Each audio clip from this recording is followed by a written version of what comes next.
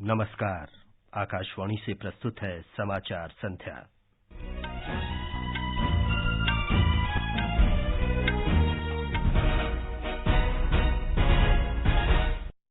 प्रधानमंत्री नरेंद्र मोदी ने कर्नाटक और महाराष्ट्र में 50,000 करोड़ रुपए की विभिन्न विकास परियोजनाओं की आधारशिला रखी और लोकार्पण किया।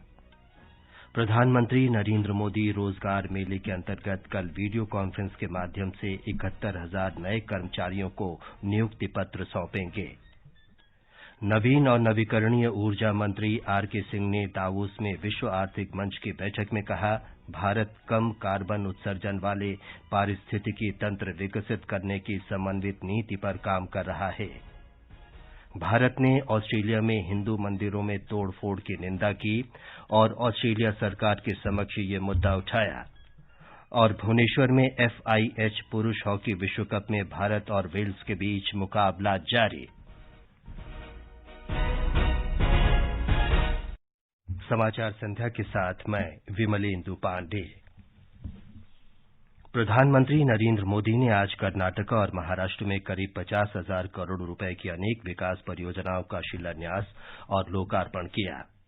श्री मोदी ने लगभग 40,000 करोड़ रुपए की परियोजनाओं का उद्घाटन और शिलान्यास करने के बाद मुंबई में बांद्रा कुर्ला कॉम्प्लेक्स स्थित MMRDA मैदान में विशाल जनसभा को संबोधित किया। उन्होंने कहा कि भारतीय जनता पार्टी और राष्ट्रीय जनतांत्रिक गठबंधन NDA ने कभी विकास के कार्यों के रास्ते में अवरोध पैदा नहीं किया है। उन्होंने मुंबई की जनता को विश्वास दिलाया कि शहर के विकास कार्यों के लिए धन की कोई कमी नहीं है। श्री मोदी ने कहा कि विकास कार्यों के लिए आवंटित धन का उचित उपयोग होना चाहिए। प्रधानमंत्री ने फेरी वालों को स्वनिधि प्रमाण पत्र प्रदान किए और उन्हें डिजिटल भुगतान करने की सलाह दी। स्वनिधि योजना सिर्फ लोन देने की योजना भर नहीं है, बल्कि ये रेहड़ी पटरी और ठेले वाले हमारे साथियों का आर्थिक सामर्थ्य बढ़ाने का अभियान है। ये स्वनिधि स्वाभिमान की जड़ी बूटी है कि स्वनिधि के लाभार्थियों को डिजिटल लेन देन की ट्रेनिंग के लिए मुंबई में 350 कैंप लगाए गए, जिसके चलते हमारे रेहड़ी पटरी वाले हजारों साथी डिजिटल लेन देन शुरू कर चुके हैं। प्रधानमंत्री ने कर्नाटक में कलबुर्गी जिले के मालखेड़ा गांव में एक समारोह में बंजारा तांडा को राजस्व ग्रामों में बदलने की घोषणा की। सबसे अधिक जिस दल का शासन यहां रहा, उसने सिर्फ वोट बैंक बनाने पर ही ध्यान दिया। इन उपेक्षित परिवारों का जीवन बनाने की उन्होंने कभी नहीं सोची। अनेक कठिनाइयां झेली हैं। एक बहुत लंबा इंतजार आप सबको करना पड़ा है, लेकिन अब उदासीनता का वो पुराना माहौल भाजपा की सरकार ने बदल दिया है। प्रधानमंत्री ने बंजारा और लांबिनी समुदायों के आवासों के लिए स्वामित्व दस्तावेजों के वितरण की भी शुरुआत की।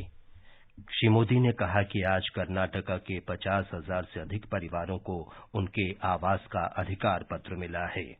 आज कर्नाटका के लाखों बंजारा साथियों के लिए बहुत बड़ा दिन है। अभी 50,000 से अधिक परिवारों को पहली बार उनके घर, उनकी रिहाइश का हक मिला, हक्कू पत्र मिला है।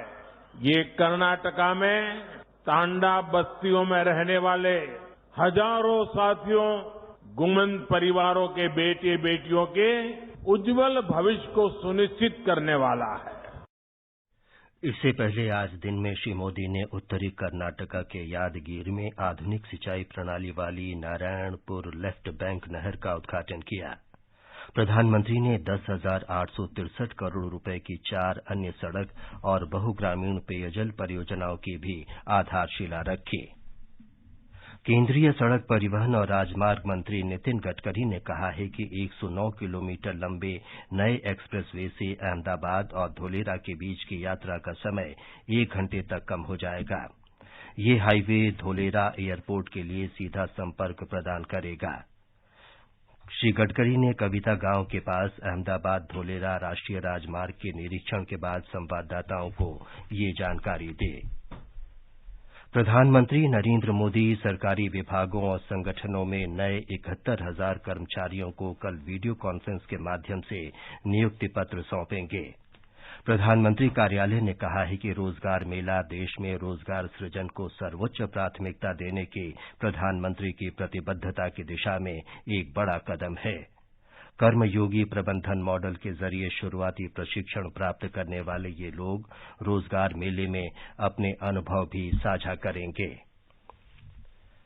प्रधानमंत्री नरेंद्र मोदी कल से शुरू हो रहे राज्यों और केंद्रीय सशस्त्र पुलिस बल के महानिदेशकों के वार्षिक सम्मेलन में भाग लेंगे। सम्मेलन का आयोजन 22 जनवरी तक नई दिल्ली के पूसा संस्थान में किया जाएगा। ये समाचार हमारी वेबसाइट newsonair.com/hindi और हमारे mobile app news on AIR पर भी उपलब्ध हैं। समाचार संध्या में आपका फिर स्वागत है। बिजली तथा नवीन और नवीकरणीय ऊर्जा मंत्री आरके सिंह ने कहा है कि भारत ऊर्जा के क्षेत्र में कम कार्बन उत्सर्जन वाले पारिस्थितिकी तंत्र विकसित करने की ठोस नीति पर काम कर रहा है। वे आज दावोस में विश्व आर्थिक मंच द्वारा आयोजित संवाद कार्यक्रम में बोल रहे थे। श्री सिंह ने इस अवसर पर बिजली और नवीकरणीय ऊर्जा क्षेत्र में भारत की उपलब्धियों पर प्रकाश डाला। उन्होंने 2030 तक हरित हाइड्रोजन और 500 गीगावाट नवीकरणीय ऊर्जा क्षमता हासिल करने की भारत की योजना का भी ब्यौरा दिया। श्री सिंह ने ऊर्जा क्षेत्र में नवीकरणीय ऊर्जा पारेषण और निवेश के अवसरों के बारे में भी बात की। उन्होंने कहा कि भारत ने कार्बन उत्सर्जन को कम करने की अपनी स्वैच्छिक प्रतिबद्धता को विश्व मंच पर मजबूती के साथ रखा है। पर्यावरण और जलवायु स्थिरता पर G20 की एक कार्यशाला कल बेंगलुरु में आयोजित की जाएगी। इसमें पर्यावरण और जलवायु स्थिरता पर G20 कार्य समूह की पहली बैठक के दौरान चर्चा के लिए सूचीबद्ध विषयों पर विचार विमर्श किया जाएगा। पर्यावरण और जलवायु स्थिरता पर G20 कार्य समूह की पहली बैठक 9 से 11 फरवरी तक बेंगलुरु में होगी। लोकसभा अध्यक्ष ओम बिरला ने कहा है कि भारतीय संसद इस वर्ष G20 देशों की संसदों के अध्यक्षों का सम्मेलन आयोजित करेगी। उन्होंने कहा कि दुनिया के सबसे बड़े लोकतंत्र के रूप में भारत इस मंच के जरिए वैश्विक मुद्दों को प्रभावी तरीके से सुलझाने की कोशिश करेगा। आज तंजानिया के प्रधानमंत्री कासिम मजलीवा के साथ बैठक में श्री बिरला ने जलवायु परिवर्तन जैसे वैश्विक मुद्दों पर सदस्य देशों से मिलकर काम करने का आह्वान किया। विदेश मंत्रालय ने कहा है कि तीसरा अटल बिहारी वाजपेयी स्मृति व्याख्यान इस महीने की 23 तारीख को आयोजित किया जाएगा। विदेश मंत्रालय के प्रवक्ता अरिंदम बागची ने आज नई दिल्ली में बताया कि विदेश मंत्री डॉ सुब्रमण्यम जयशंकर इस कार्यक्रम की अध्यक्षता करेंगे। उन्होंने कहा कि भारत ऑस्ट्रेलिया में कुछ हिंदू मंदिरों में की गई तोड़फोड़ की कड़ी निंदा करता है। प्रवक्ता ने कहा कि इस तरह के कार्यों की ऑस्ट्रेलिया के नेताओं और वहां के धार्मिक संगठनों ने भी सार्वजनिक रूप से निंदा की है। We are aware of actually recently a couple of temples that have been vandalized actually in Australia. We condemn these these incidents. If I remember correctly, one was both are actually near Melbourne in Victoria. We strongly condemn these such actions. These actions have also been publicly condemned by Australian leaders, community leaders, and I think religious associations there. Consulate General in Melbourne has taken up the matter with the local police. Shri Bagchi ने कहा कि Melbourne में भारतीय महावाणिज्य दूत ने इस घटना की जानकारी स्थानीय पुलिस को दे दी है और आरोपियों के खिलाफ तुरंत कार्रवाई करने का अनुरोध किया है। उन्होंने बताया कि इस मामले को ऑस्ट्रेलिया सरकार के समक्ष भी उठाया गया है।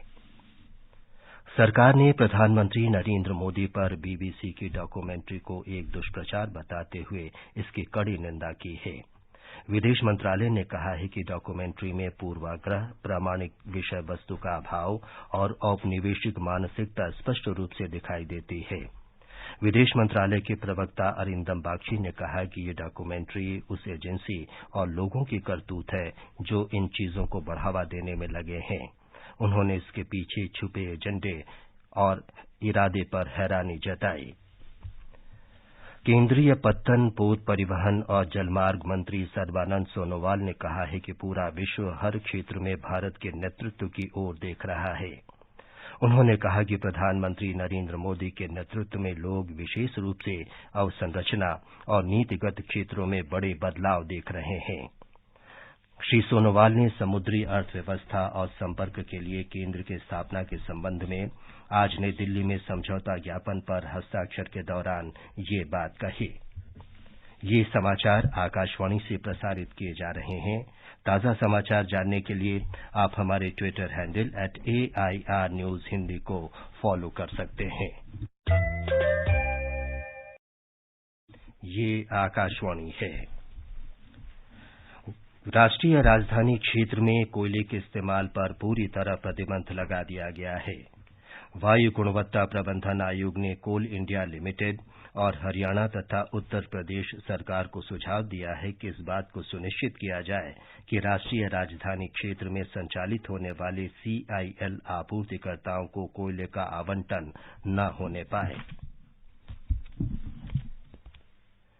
देश में सत्र 2021-22 के दौरान 5,000 लाख मीट्रिक टन से अधिक गन्ने का रिकॉर्ड उत्पादन हुआ। इस दौरान चीनी मिलों ने 359 लाख मीट्रिक टन गन्ने का उत्पादन किया। एथेनॉल तैयार करने के लिए 36 लाख मीट्रिक टन एथेनॉल का इस्तेमाल किया गया। इस दौरान चीनी मिलों को एथेनॉल की बिक्री से 20,000 करोड़ रुपए से अधिक की राशि प्राप्त हुई।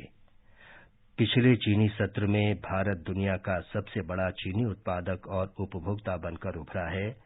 ब्राजील के बाद भारत दुनिया का दूसरा सबसे बड़ा चीनी निर्यातक देश भी है।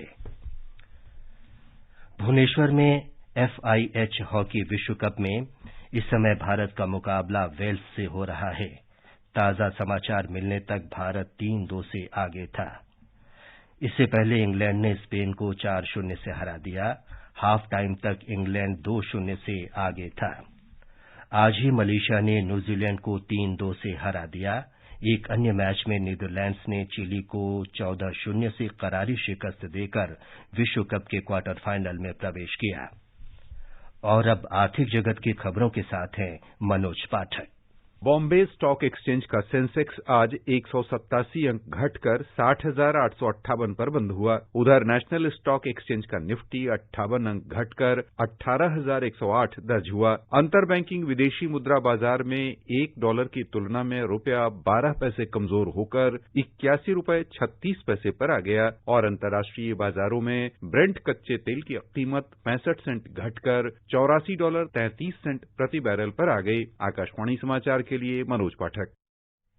मत्स्य पशुपालन और डेयरी मंत्रालय ने देश में दूध में मिलावट और इससे लोगों के स्वास्थ्य पर प्रतिकूल प्रभाव पड़ने की सोशल मीडिया पर प्रसारित खबरों का खंडन किया है।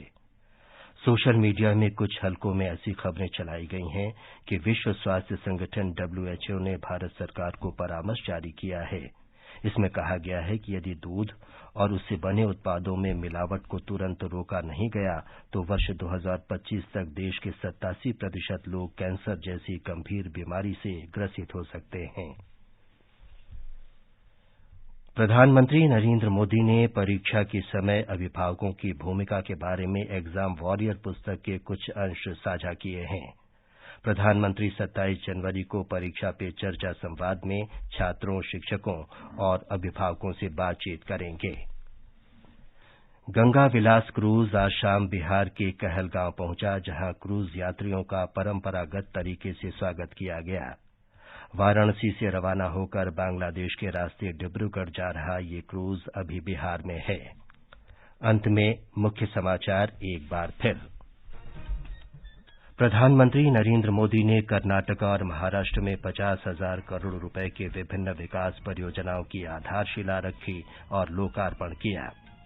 प्रधानमंत्री नरेंद्र मोदी रोजगार मेला के अंतर्गत कल वीडियो कॉन्फ्रेंस के माध्यम से 71,000 नए कर्मचारियों को नियुक्ति पत्र सौंपेंगे।